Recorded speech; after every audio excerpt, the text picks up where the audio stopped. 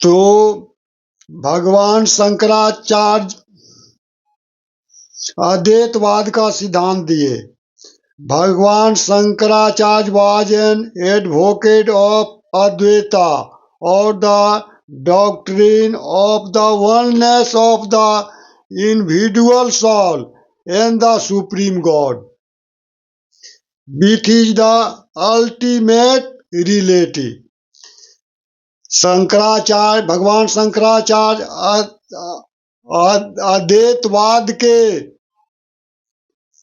स्थापना करने वाले वकील थे, जिन्होंने एक अकेला आत्मा ही ब्रह्म है, आत्मा ही परमात्मा है का सिद्धांत दिया, जिसे सुप्रीम गॉड कहते हैं। विच इज द अंतिम रियलिटी, जो अंतिम वास्तविकता है, यानी परम पद है, सबसे केवल पद है, निर्वाण जिसे कहते हैं।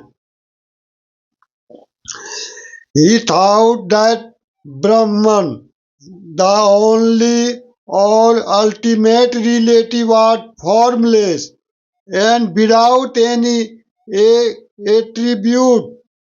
He considered the world around us to be an illusion or Maya, and preached renunciation of the world and adoption of the path of knowledge to understand the true nature of Brahman and attain salvation. भगवान शंकराचार्य का विश्वास था कि ब्रह्म जो है only ultimate वास्तविकता है,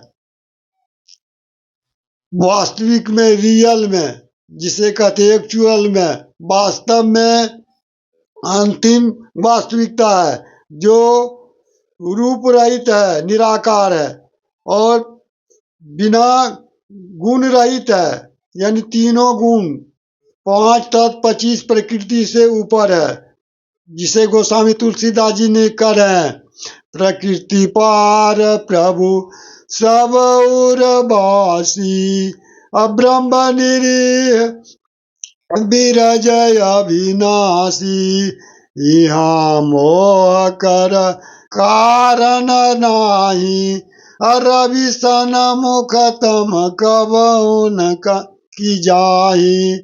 5 तत्व 25 प्रकृति के ऊपर सभी मानवों के शरीर में ये ब्रह्म विराजमान है,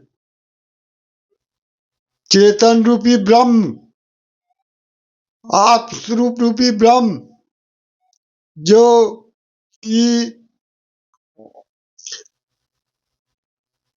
वर्तमान है।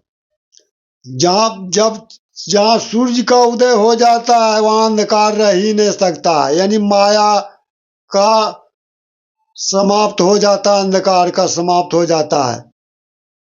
ते हुआ ब्रह्म, अंतिम वास्तविकता, आत्मस्वरूप हो जाना, जिसे भगवान शंकराचार्य जी ने वाणी में बता रहे हैं, अल्टीमेट रियलिटी।